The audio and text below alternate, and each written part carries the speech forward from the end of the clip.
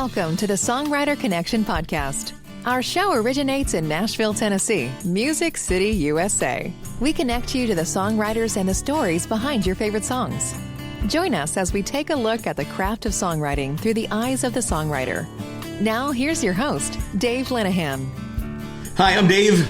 I'm in Nashville, where it seems like I'm surrounded by songwriters. So, I thought it'd be cool to start a podcast featuring the stories of these great creative people. So here we are now on episode 17 already on what I'm calling season 1.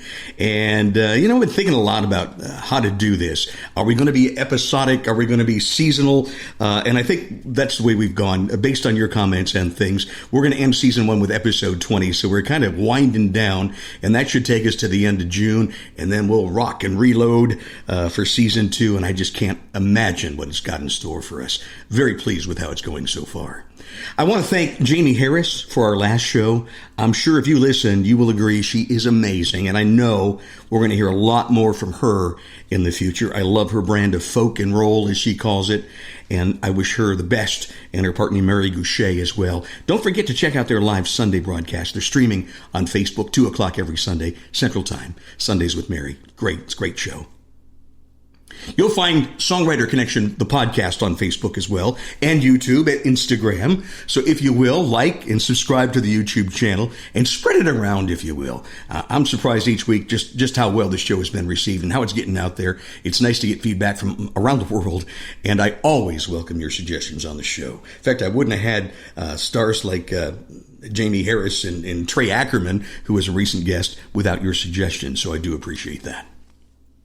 Well, this week on the show, I am really excited to have our guest. You hear her name a lot around Nashville. You really do. It seems like everyone knows her. She's an incredible singer and songwriter and guitarist. In fact, she's been playing guitar since 6 or 7, and still taking lessons today. Performs around Nashville, and she's been doing so since the age of 10. So it's no surprise that she's been writing and performing with some of the best that Nashville has to offer. Songwriters like Steve Dean, who wrote the big hit, I've Been Watching You, and others. And Terry Joe Box, who wrote American Scandal for Ashley McBryde. And Casey Timber was a great guy, wrote Yeah Boy, and a few others for Casey Ballerini. So she writes with all these people, and she has an amazing story. Oh, and did I mention, she's 16 years old. Yeah, let me mention, 16 years old. Wow, she's accomplished so much in her young years, and it's just a pleasure to have you here. Ava Paige is our guest. Hi, Ava. Hi! Oh my gosh, thank you so much for having me. Oh, it is a pleasure to have you, especially around the dining room table. This is the Linehan Writers Room, and this is an old Duncan Fife table that belonged to Patty's mom, my wife's mom, Jenny. And so we just love it when we can have songwriters and artists come in and play around the table, and we get to record that music live. Oh, already cool. Feels like home. Well, great. It's good to hear that. I first saw you in a writer's round at the Listening Room. It was one of Troy Castellano. My friend Troy has this program called Instruments in Education, which is a great thing, providing guitars and different instruments for people in school. And you played in one of his benefits, and I had heard your name, but I had never seen you perform. And when I saw you perform, I'm like, wow, this girl is the real deal. And I think you were probably only 14, maybe 15. I think I was 15 because it was... You remember? Oh, yeah, it was in 2019. How I remember that is that was the actual night that I met Charles Eston, who's become a good friend of mine. Yes. So we were actually supposed to do a charity event the night after that, and we didn't even know we were playing together the night before. So, yeah, I was 15 at the time. It was in 2019. I think December, if I'm not mistaken. Yeah, all that stuff before COVID is a blur. Lord. But let me just say, Chip, we've talked about Chip on the show before, Charles Eston. He played Deacon Claiborne in the Nashville TV show. And we had Jane Bach on not too long ago. Jane and he have written a lot of songs together, including that It's 5 o'clock, The Lost and Found, with my friend Billy Lee. So sooner or later, we got to get him on this show, that's for sure. Yes. So you became good buddies after that show, huh? Yes, we did. We did an amazing charity event the night after that. Troy's stuff is absolutely amazing. And again, Instruments for Education, for those of you who want to donate, is awesome. It's a great program. It's absolutely wonderful. But we also did another charity event the night after called Cheers for Children, and it was all benefiting Vanderbilt Children's Hospital. Oh, that's and great. He actually came, and I use big air quotes here because not technically, but he technically opened for me. So I like to hold that against him. But he introduced me and sung a few songs before my set, and I came up and told my story and did that. Sung a few songs to the audience as well. It was a fantastic event. It was at the Omni, and that's where we met. And we ended up writing. We've written 2 songs now. One of them has actually been cut by an awesome group that I can't say quite yet, but it should be coming out We'll soon. have to watch for that, huh? Yes. And he's also invited me to a bunch of his charity events, like the night that we do. Me and him both work with LLS, Leukemia Lymphoma Society. So we've sung our songs for Like the Night as well together. I want to get into your story, because it's a lot deeper from there. But first, I want to hear a song. And you brought your guitar, your lovely Taylor there. Can you play us one? Tell us the story behind the song. Absolutely. So, this is a new one, actually. I have a few new ones in the songs I was planning to play today, just because you write so many songs and you want to play them out. Yeah. So,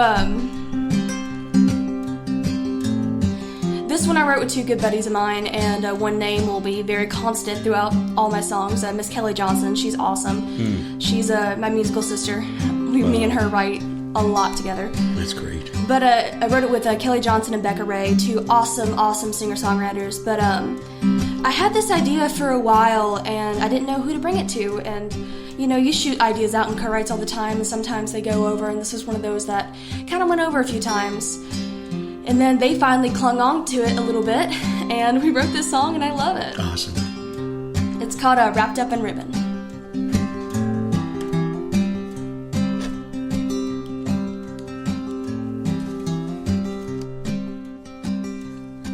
Still got the broken chain on the mirror hanging from the Take Me Back, Honey, I'm a Different Man bracelet. Oh, every time I see it shimmer, boy, all I can remember are the nights you came home wasted. So finding beads in the strangest places. You had the date engraved in a picture frame. Well, now it's just collecting dust above the mantel place. Wish I could tell the girl about everything I know now. Don't fall for the diamond ring, 'cause money can't buy everything. And sorry don't mean what it used to. And you can't take what you shattered and make it brand new. Put pretty paper on the top of with a bow. Act like you love me when we both know this ain't a real apology that you're giving. It's just pain wrapped up in ribbon.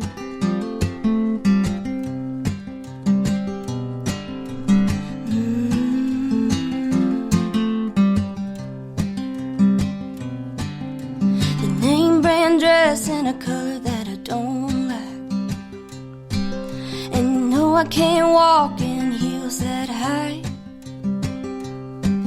Yeah, you like to dress me up just to show me off, but it's only a matter of time till a little something better found you wandering eye. And sorry don't mean what it used to. And you can't take what you shattered to make it brand new. Put pretty paper on the top with a bow. Act like you love me when we both know this ain't a real apology that you're giving. It's just pain wrapped up in ribbon. Oh, pain wrapped up in ribbon. Behind every gold thread, behind every gift, it's just another mistake you keep trying to erase with a temporary fix. So, sorry don't mean what it used to.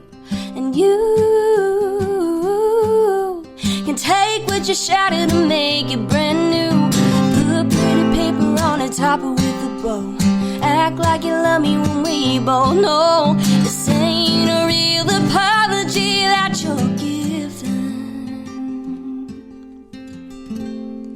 It's just pain wrapped up in ribbon. Pain wrapped up in ribbon. Wow, that's Ava Paige, our guest on the Songwriter Connection podcast this week. Pain wrapped up in ribbons, huh? Yep, it was a really cool write, and those two girls that I mentioned, again, that's Kelly Johnson and Becca Ray. They're awesome writers, so Yes, I would say it was a fun write, even though it was a sad song. So. sad song. But you know, and people say she's 16 years old. What does she know about pain? But you know a lot, don't you? At your career was just taken up. You're playing at George Jones, the George Jones down on 2nd Avenue. It's a great restaurant and museum, and you're playing all around and you're getting noticed. And just as that's beginning, you get some terrible news, right? Yeah, so, beginning of 2019 into 2018, I was performing around 150 plus shows a year. Wow. I was, again, doing George Jones stuff. I had a residency there since I was 12. Wow. And I was doing a bunch of stuff all over Nashville, playing like Listening Room, Bluebird, 3rd and Lindsley. Yeah, all the places. A bunch of those places. And I was even playing in Texas. I was expanding my reach a little bit and going to Texas, even though Nashville's a dirty word in Texas, especially being a Nashville native in Texas. I was born here in Nashville, and I go there, and I'm like, they say, where are you from? And I'm like, Nashville? Tennessee. Yeah, Tennessee. Yeah.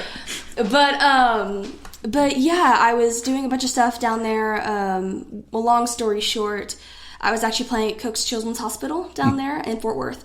And it's a wonderful, wonderful children's hospital, actually sponsored by Garth Brooks. Wow. He sponsored the studio down there, and it's beautiful. But I had the amazing privilege to go down there and sing for a bunch of the kids down there. So I went and toured the studio. We had some plans to come do some like recording stuff when I came back. Wow. I got to do a live performance, and they ended up broadcasting it to all the kids who couldn't come down, and also some kids did come down and listen, and I got to connect with a lot of them. And then something just wasn't right.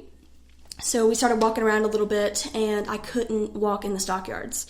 So we went down there. I had a gig down at the stockyards, and I couldn't walk from, place to place without getting winded. And we didn't know what it was. We thought, did I just, am I getting just winded because I'm out of shape, or, what's going on here? And when we were flying back home, I couldn't walk terminal to terminal in the airport without having to sit down, and my heart rate was incredibly high.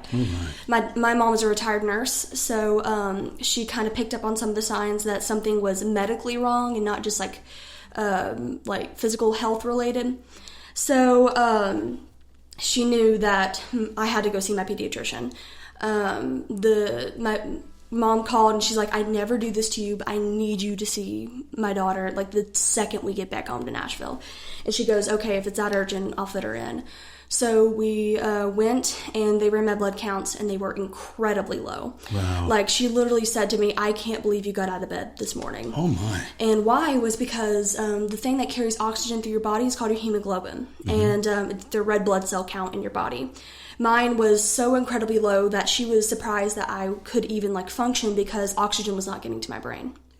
Oh. So because of that, she said, I don't know what this is, but I have a hunch that it's leukemia.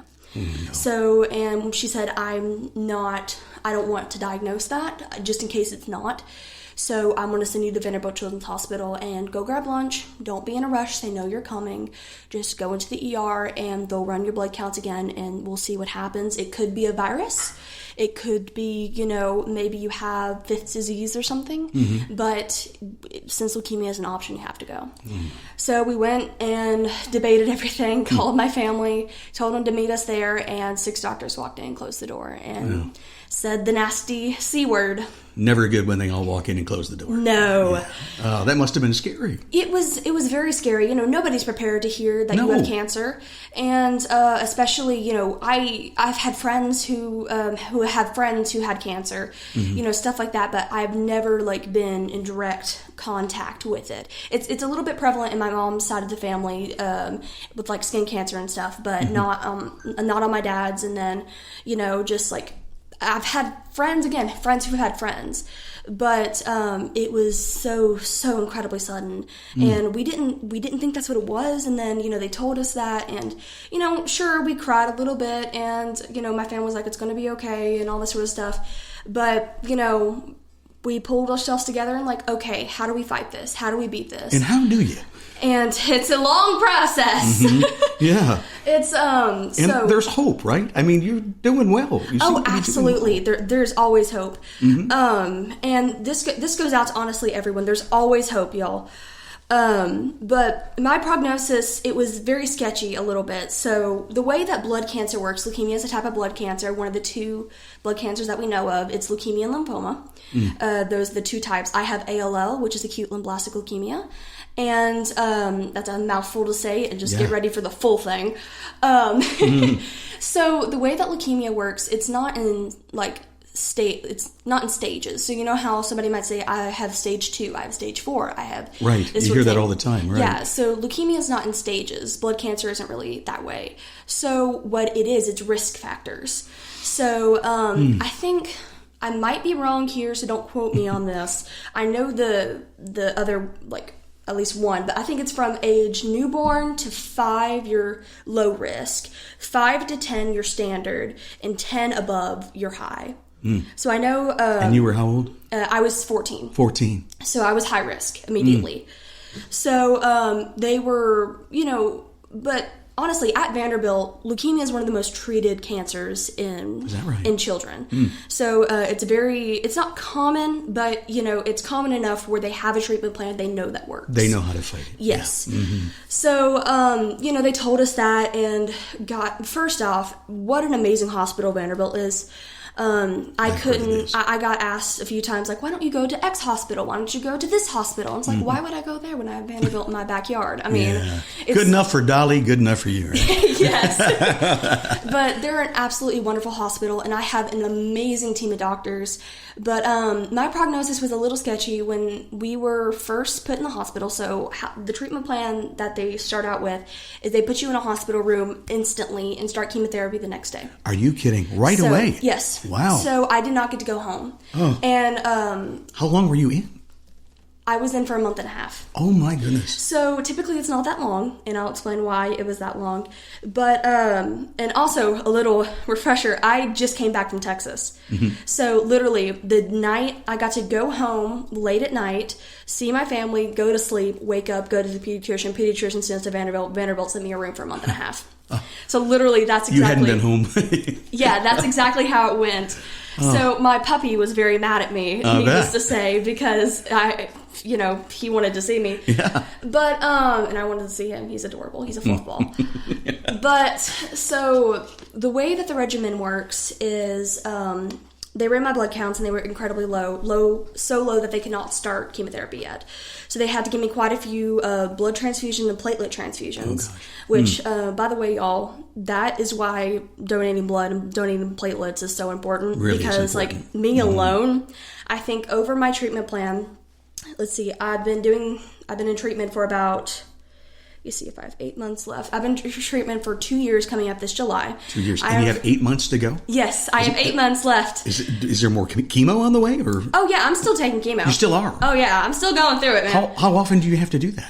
Once a month right now. Once a month. So the treatment plan, I'll explain that in just a second, but... for 2 years doing it, coming up this July will be my 2-year mark. And my original plan was supposed to be 3 years, but I ended up cutting it down to 2.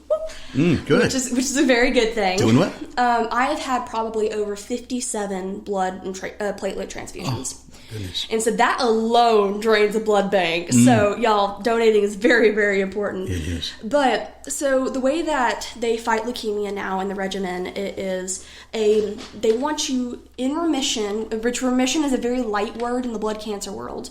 They want you in remission in the first 30 days. And you are in remission. Right? I am in remission. Good. So, what they do is they take you in the hospital and immediately start chemotherapy every single day. Very, very intense chemotherapy. Kill everything in your body for about 2 weeks. So they do that, and then if you're good in 2 weeks, you get to transfer to outpatient. So I got there. I went home for a week. And then little old me had to spike a fever, and then I was in for the rest of the month. Oh my goodness, Ava. Yeah, so it was a little rough.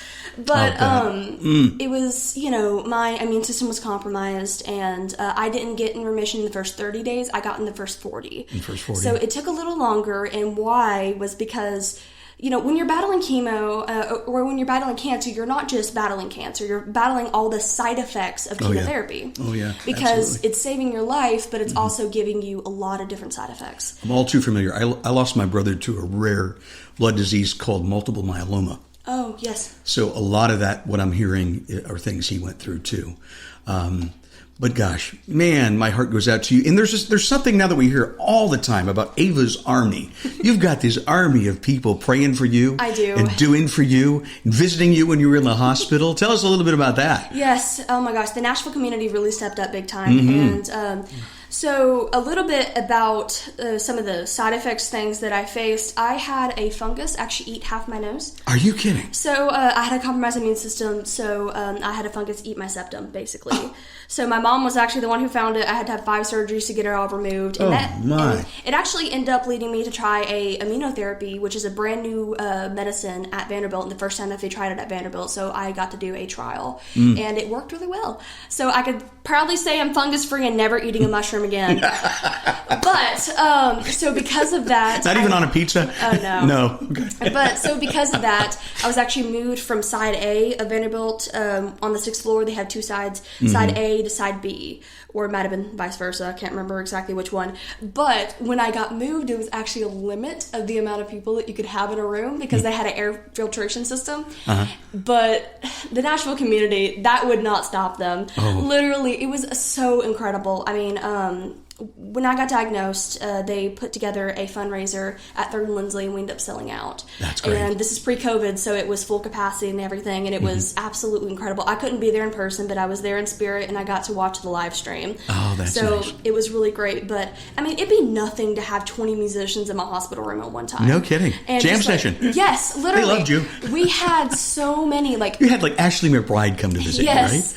We had some of my biggest influences, like Ashley, Brandy Clark came by. Brandy Clark, wow. I knew Carly Pierce before, so she came by and brought... Love her. It was super, super great. And, I mean, they told stories, sung songs, and my friends came over, and we would all harmonize together. We had, like, 3-part harmonies going on at all time. It was great. Music is a healing thing, yes, isn't it? It is. And one of the coolest things that I own and I'll forever treasure, when I was, like, one of the first days in the hospital, I brought my Mini Martin, of course, because I didn't want to bring my Taylor, but I did bring my Mini Martin. And my dad was like, "Oh, you should get people to sign your Mini Martin." I'm like, "Well, I'd like not the Martin, maybe, just because it's like it's not coated or anything." And he's like, "Okay, I get it." Well, we know George Gruen of Gruen Guitars. Yes, I love that place. He used to be our neighbor. So the candy stores, I call it. Yes. So he's a really good friend of ours, and we also got in touch with Taylor, and they sent me this whole goodie bag of a bunch of this stuff, and they also sent me a GS Mini. Wow. And that's for those of you who don't know guitar lingo, that it's a mini Taylor guitar. Yeah. So everyone... Not the baby, but... No, okay. it is similar to the baby. I think it's a little bigger than the baby. Okay, all right.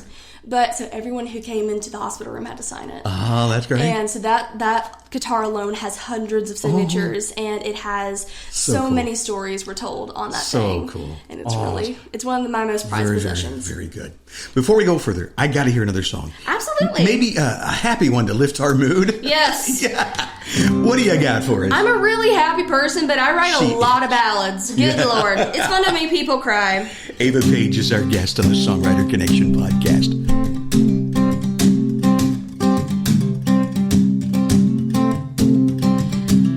This is another one I wrote with Kelly and another awesome songwriter, Josie Bisto. And this song's called Don't Forget. And we kind of wrote it about when you're so in love with a person, they just kind of take all your attention away from everything else around you. And all you remember is them. So, yeah, it's called Don't Forget.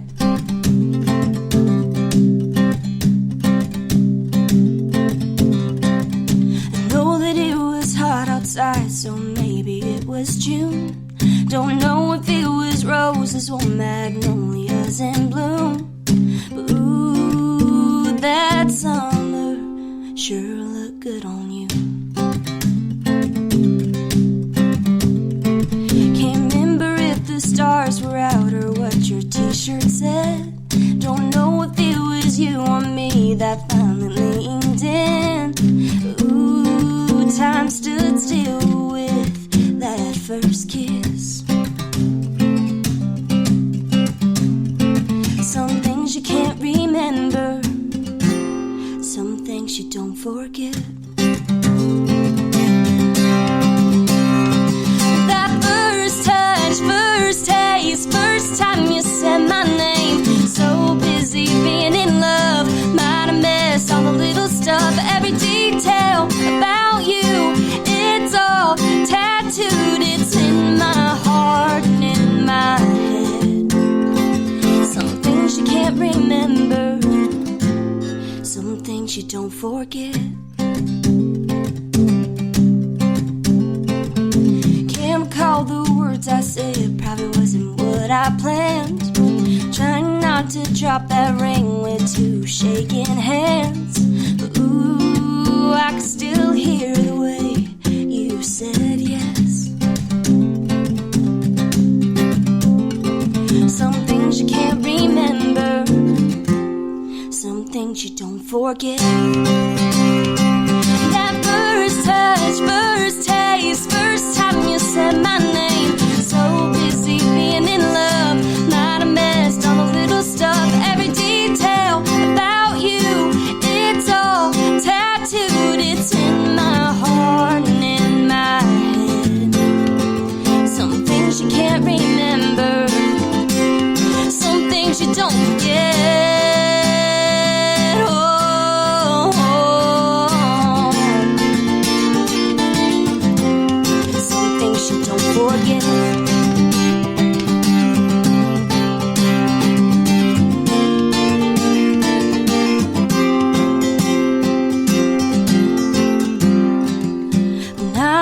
To pick out names, reading how to do it right. No book could prepare me for that first look in your eyes. Ooh, they look just like mine. That first touch, first laugh, first time you called him dad. So busy being in love, might have missed all the little stuff. Every detail about you, it's all tattooed. It's in my heart and in my head. Some things you can't remember, some things you don't forget. Yeah, some things you can't remember, some things you don't forget.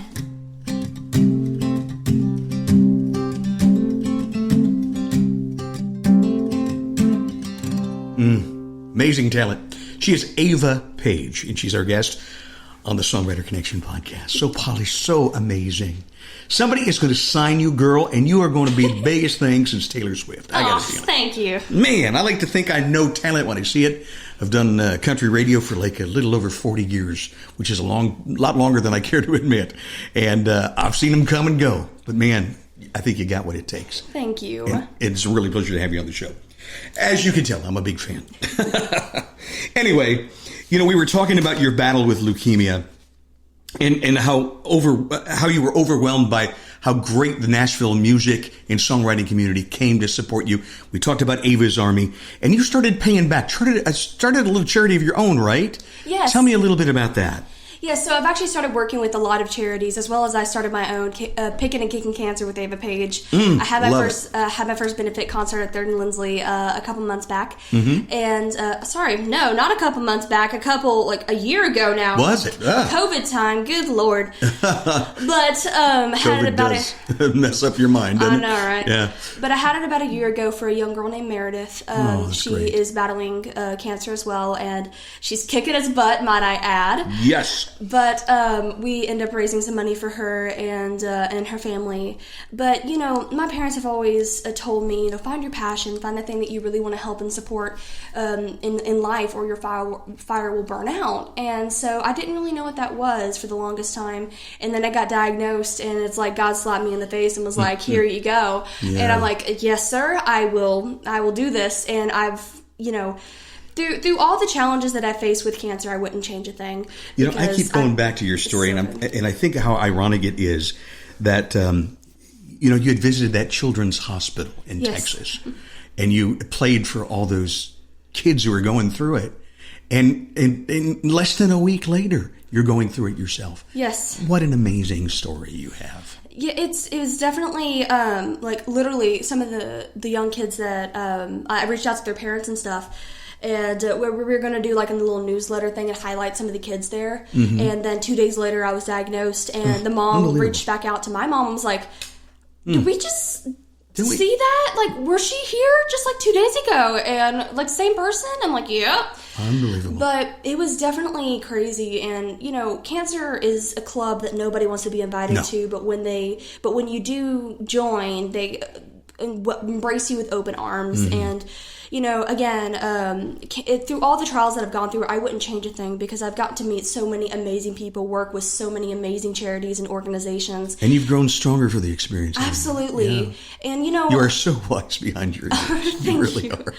But, you know, when you talk to a kid who's going through cancer, and I had the, you know...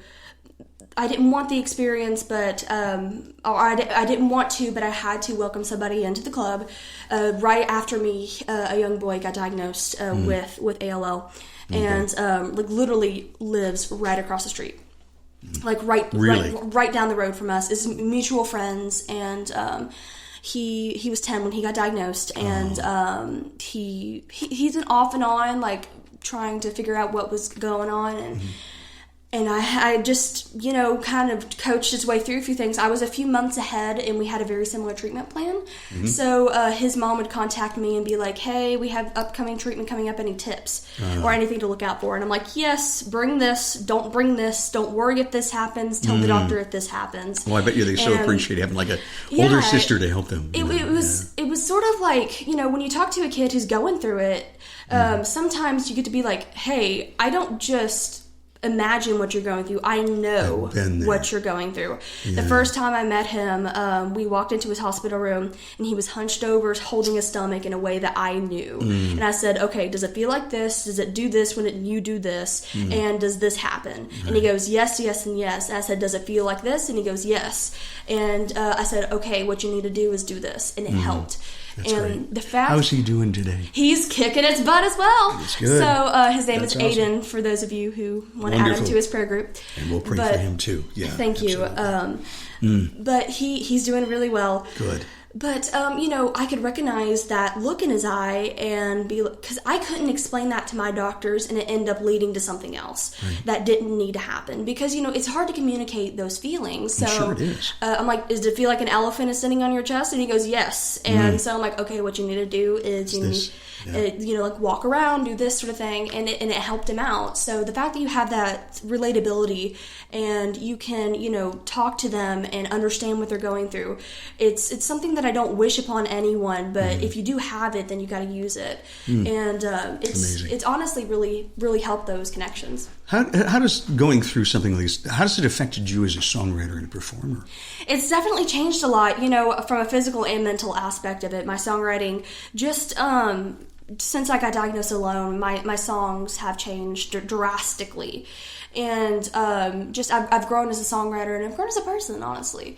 But physically, you know, I had to relearn how to do a lot of stuff. When I was in the hospital, one of my the side effects of chemotherapy is neuropathy.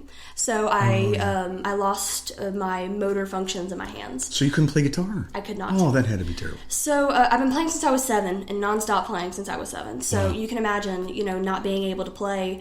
And my brain could still do it. My brain knew where to go and how to play these songs, but my hands wouldn't do it. It's like there was a disconnect there. There was a filter that something was getting mistranslated. Yeah. So it was incredibly disheartening and you know, very very frustrating. I bet. But, thank God for my parents, because my parents know me a little too well. And my dad... Yeah, so I'd just be like doing my scales and stuff, trying to get my motor function back. And I'd get so frustrated, I'd put down the guitar and be like, okay, I'm done for the day. And my dad would look over at me and go, okay, let cancer win then. It would tick me off so much. I'd pick the guitar back up and practice for another 30 minutes. Absolutely. So, and I'm happy to say, my motor function's back. So that's good. Well, obviously, yeah. where you're playing, you're a good player. Thank you. And you're on the socials everywhere. So if you're listening and you don't know, where do they find you? I know you're on YouTube. Yes, I'm on everything. Yeah. You can find me at Ava Paige Music. That's AvaPaige Music. I'm on Instagram, Facebook, Twitter. Your own webpage. Songs. Yes, I have a website, avapagemusic.com, if you want to go to there. And as well, I'm on Spotify and all that stuff. Good. Yeah, Spotify. Yeah, big Spotify. And I understand you're a vinyl collector too, like me. I am, yes. Yeah. Oh, God, I like that. There you go. I'll tell you a story. I watched one of your YouTube videos, and I love, what Ava will do, folks, is she'll every now and then throw out a cover song, and you kill it. They say like over 300 songs, which you have to if you're playing out. Yeah, 4-hour gigs all the time on Broadway. You learn a bunch of stuff. So I don't know how you remember them all, but that's cool. iPads are lovely. Yes, they are the real thing. You can hook them right into your guitar stand, your mic stand anymore.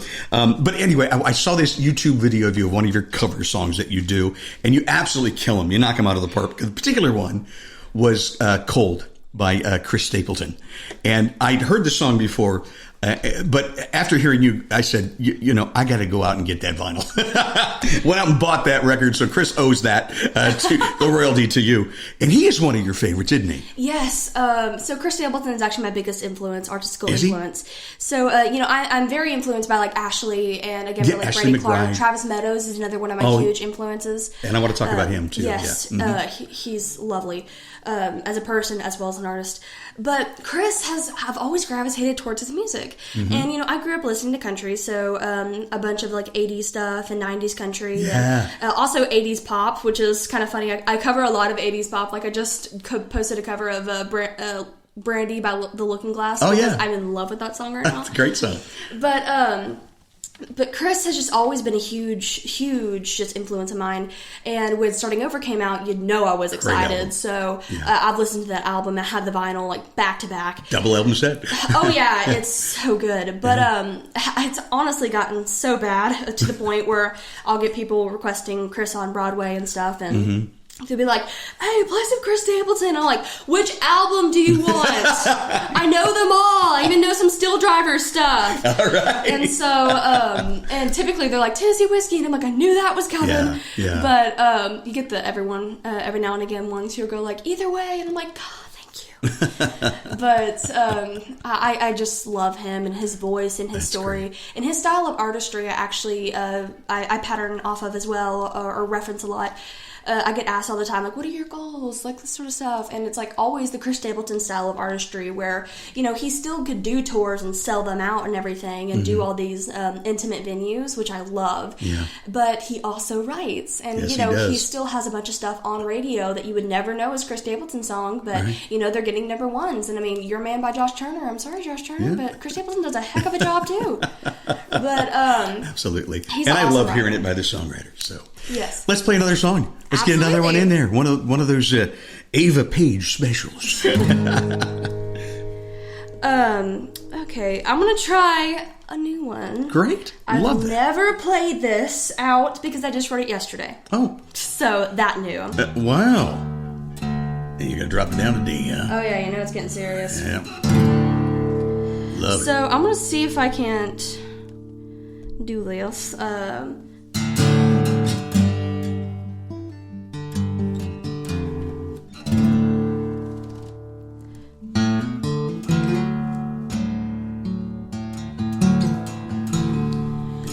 So Chris Stapleton, funny that you brought him up. He's actually a big influence in my songwriting as well as my guitar playing. So he was actually one of the first solos in how I learned to improvise and do solos and stuff. I learned the Tennessee Whiskey solo. So that's one of the main reasons why I learned how to solo over people. So. That's cool. Yeah. But again, I wrote this one yesterday at the time of recording this, so bear with me a little bit. But I wrote this with two awesome people, Kelly Johnson again, and then an amazing artist named Ben Danner. Go check him out. He's an awesome artist. Danner. And it's spelled Danahar. But seriously, we'll find him for sure. He's incredible. He plays a bunch of shows around. He's actually about to go back on a little tour, so go check him out. Cool. He was actually one of those little bucket list writes things, and Nice. I did an interview, and they're like, "Well, who's some of your top 5 artists that you can like maybe get a write with in the next year that you haven't quite yet that we can help you out with?" And he was one of them, and so he just reached out and was like, "Just make it happen then." And so I'm like, "Okay." Wonderful. But he's awesome and such a sweetheart, and just is an incredible artist. So, but we wrote this song just yesterday, and I'm in love. I'm probably still in the honeymoon phase, but I'm still in love with it. But yeah, it's called Aftertaste.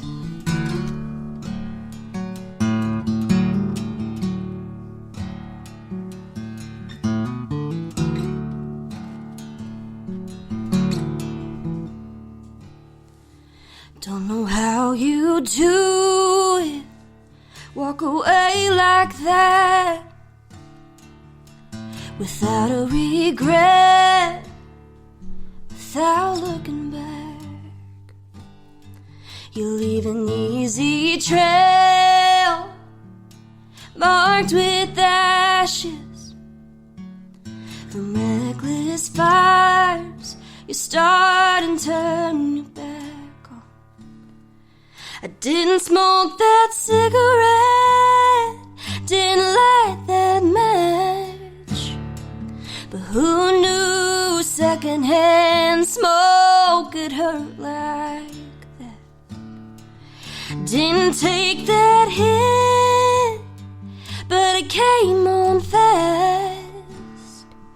You got the buzz and I'm the one coming down from the crash. You took my love, poured it out and shot it straight, and left me burning from the aftertaste.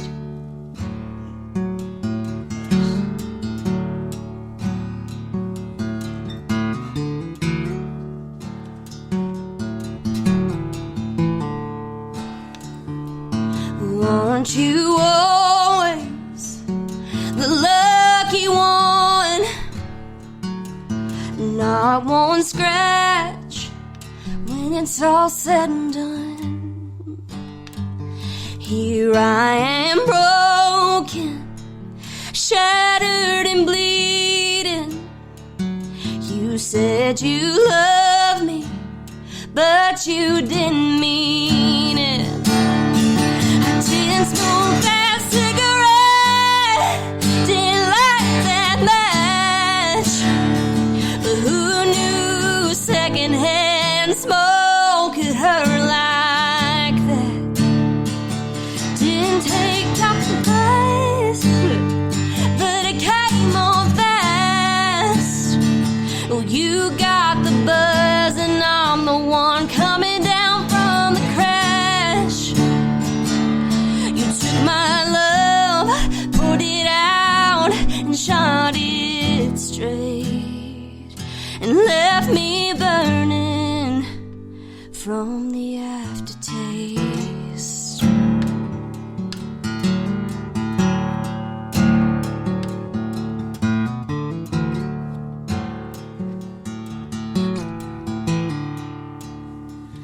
Didn't smoke that cigarette, didn't light that match, but who knew secondhand smoke could hurt like that?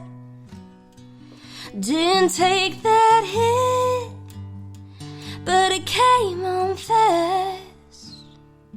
You got the buzz and I'm just coming down from the crash. You took my love, poured it out and shot it straight, and left me burning from the aftertaste.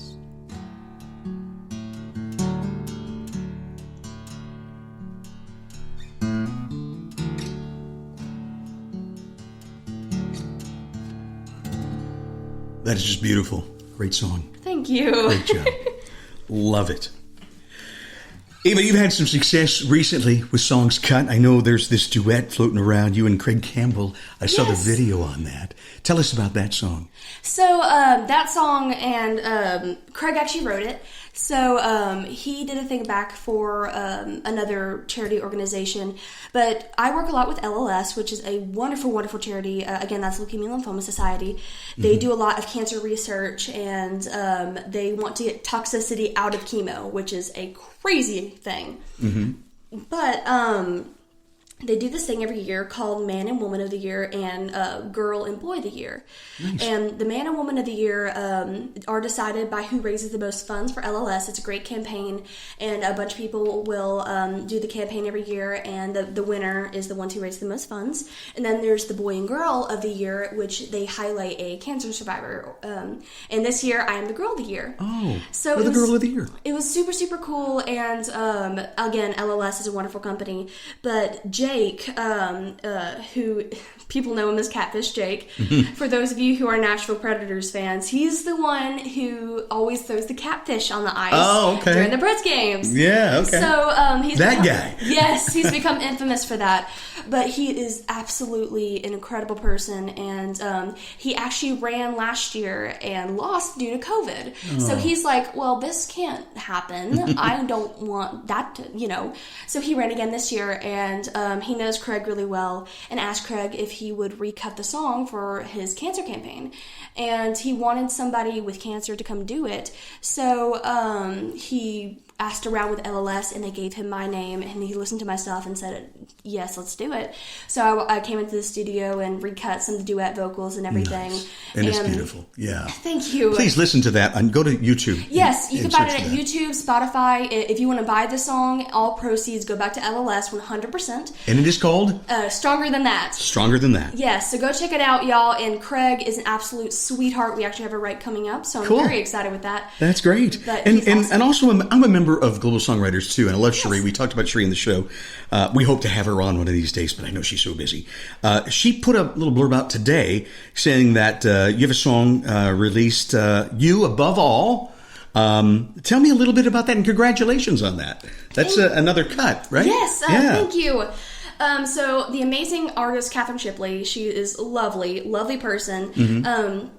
She asked me to send her some songs, and so I'm like, okay. So that was one of the ones on the list, and she just gravitated towards it and loved it. I actually wrote it at one of Cherie's songwriters retreats. Wow. So those are cool. Yeah, they're lovely. So I wrote it with a bunch of songwriters, and she just decided that she loved that one, so she cut it, and she asked me to be a feature on it. So I'm like, absolutely, of course. Really so we went into the studio and did some background vocals and everything, and we actually just released the music video for it. So y'all can find it on, I think, the Country Network is where it's mainly being played, as well as on YouTube and stuff, but it's hopefully coming out on a few other platforms coming up soon. I can't say which ones, but until it's finalized, but keep eye on my socials for that. Yes, You Above All is the name of the song. Yes, and you can find it on Spotify and Amazon, all that stuff as well. Great. Well, I don't want to take up a lot more of your time, but I want to talk you out of another song. Absolutely. Yeah. What else you got for us? Well, I'll throw it to you. Upbeat or another ballad? Hey, let's do an upbeat one. All right. Can we do it? Yeah.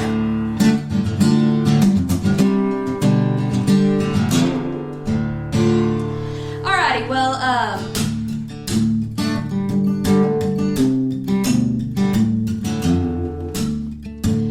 this is one of my favorite ones.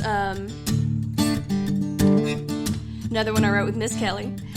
And awesome artist Bill DeLuigi. Funny little backstory of this song, when COVID was amidst all that sort of stuff, we did a lot of Zoom writing. And love it or hate it, sometimes it's necessary to do all the Zoom stuff. But I'm one of those, Generation Zs who love sparkling water. And I had a sparkling water right next to my computer while we were Zoom writing. And I spilled sparkling water all over my computer while writing this song. Oh, no. And literally, it fried everything inside of it in like the matter of seconds. So that was joyous. Christmas came early, but I still love the song. But I have a funny story behind this one. But anyway, this song is called Days Off.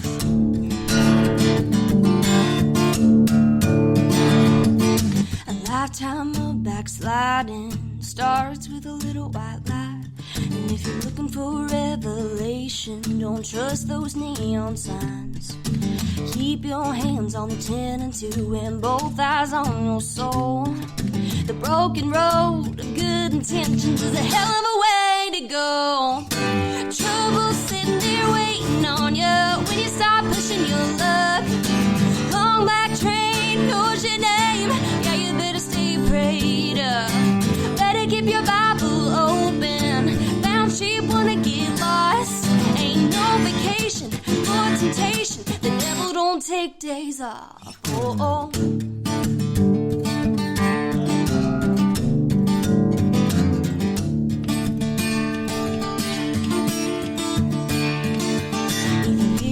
To that weakness just to taste a little fun.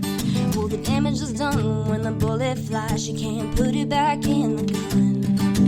If you go biting that apple, you can pin it on the snake. But ask that guy named Adam, there's a price you'll have to pay. Trouble sitting there waiting on you when you stop pushing your luck. Long black train knows your name, yeah, you better stay prayed up. Better keep your Bible open, bound sheep wanna get lost. Ain't no vacation for temptation, the devil don't take days off. Oh yeah, yeah, days off. The devil don't take days off. Oh, oh.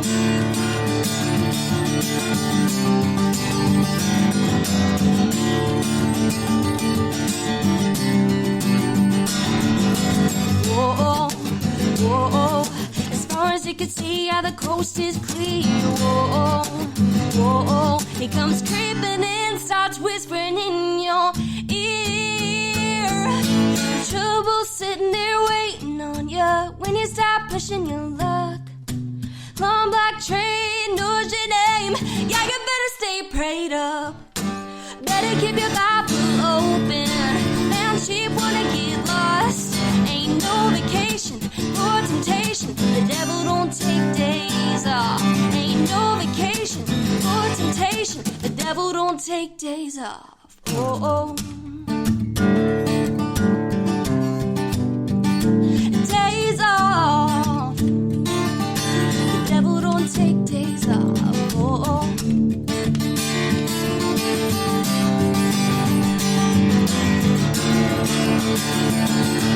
The devil don't take days off. Oh, I love it. The cold ending. Fantastic. Thank you. Ava, thank you so much for taking time being on our show. We're going to look for you out and around. And if you're in town coming to Nashville, you see Ava Paige on the bill, you hurry on in and see her. Yeah, because she's really something else. Thank you so much for joining us, and we look forward to being with you next week on the Songwriter Connection podcast we release every Tuesday morning. So just make that part of your routine on Tuesdays to check and see what we've got in store for you. And I've got a big guest next week, a producer-songwriter out of Dallas who wrote and produced a song for a really, really big artist you may have heard of. I'm not going to say it right now. We'll make sure he shows first. But we'll see you next time on Songwriter Connection.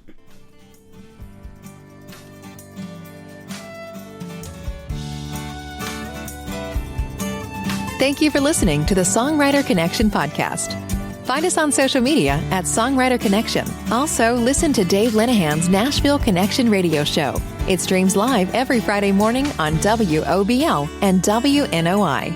Look for us on Facebook and YouTube. See you next time on Songwriter Connection.